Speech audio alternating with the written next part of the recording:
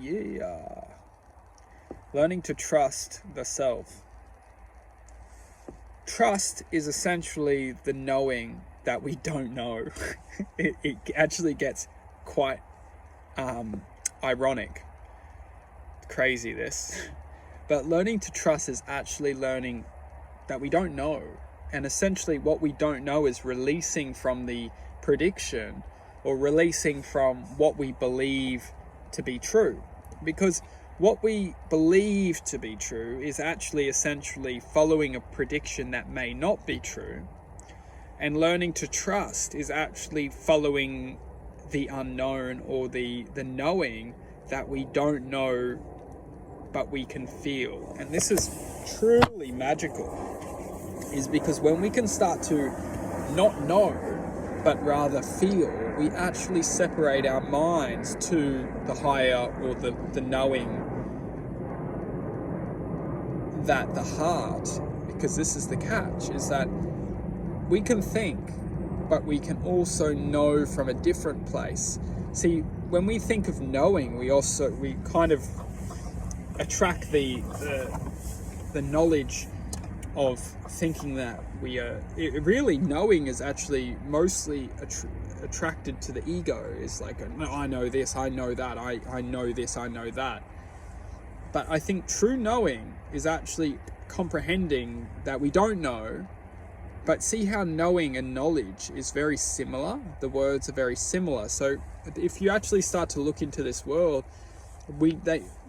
this reality, it needs to confuse. Because if we're not confused, we're all very aware and very knowledgeable. See, and this is the truth of the difference within vibrational states of being, is that when we can start to use words as essentially formulas of truth, or starting to learn to speak with intensity, we can start to essentially see how words are being used within the day-to-day lives. Knowing can be very powerful, but it can also be used as a very lost way to interpret false truth. Where we're coming at with this is that actually true knowledge is understanding that we don't know, and that's the true knowledge, is understanding that we don't know. We may feel that it has relevance, we may feel that it has a sense of truth, but true knowledge is knowing that we don't know, because we get lost in the ego or the false knowledge that it may be existent. And that's where there's a very, it's almost like there's not even a fine line. It's as soon as we predict, or as soon as we predict that we know, we get lost in we get lost within the form of perception. And it's quite interesting that when we actually surrender ourselves to not knowing, or surrender ourselves to achieving a state of awareness or presence of true acceptance, and true acceptance can never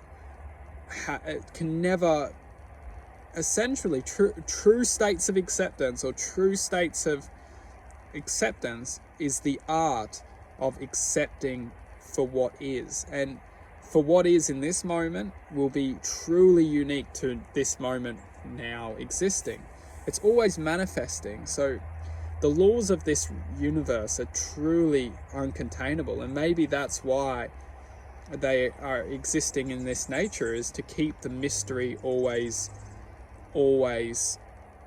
unrevealable. It's truly amazing. But that's the difference between knowing and truly